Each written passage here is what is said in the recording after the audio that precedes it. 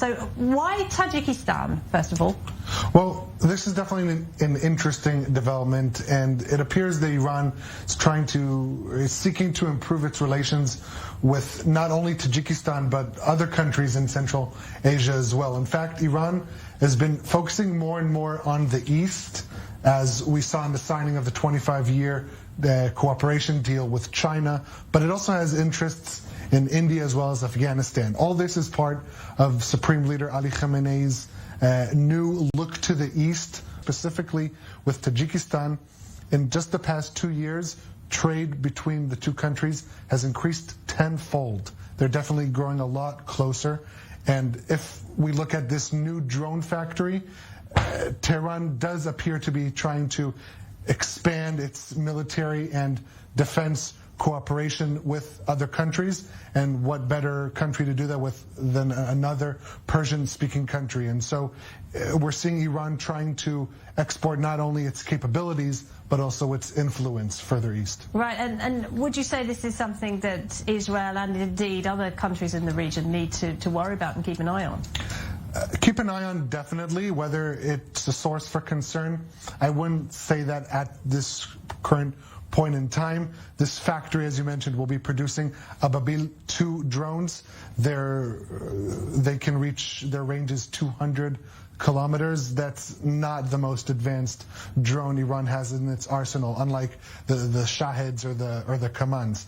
But what is significant here is that, contrary to its regular export of drones to its proxies in the region, whether it's Lebanon, Iraq, Syria, or Yemen, this is the first state-level cooperation of its kind. I mean, just look at who Iran sent to inaugurate this drone factory. It sent the chief of staff of the official Iranian military forces, Hossein Bagheri. They didn't send the other Hussein Salami, who's the head of the IRGC.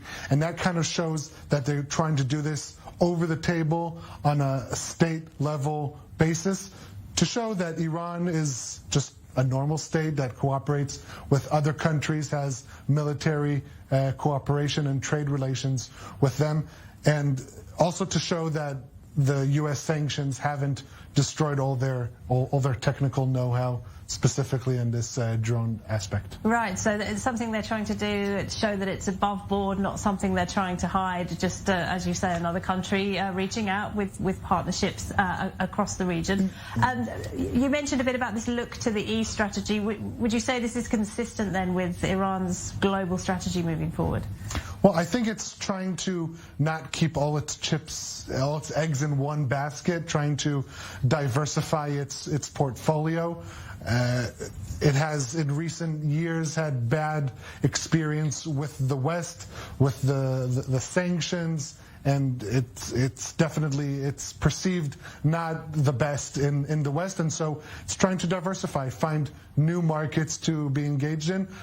Also, perhaps this could be part of a strategy to try and increase influence in Central Asia, a key place that, right next to the Sunni Afghanistan and China's in the region. So it's also trying to increase its foothold there and to try and get in the game. But again, all this being above board on a state level. This was not conducted through the Iranian Revolutionary Guards, and so this just to show that Iran is just a normal country engaged in normal trade ties. Right, and it's interesting when you look across the region where Iran's influence is and where it might be waning. You made a report for us earlier talking about the comments by Jordan's king, saying that Iran is expanding its foothold in Syria, something Israel, of course, is worried about. We're going to leave it there, though. Ariel, thank you very much indeed. Ariel Osaranda.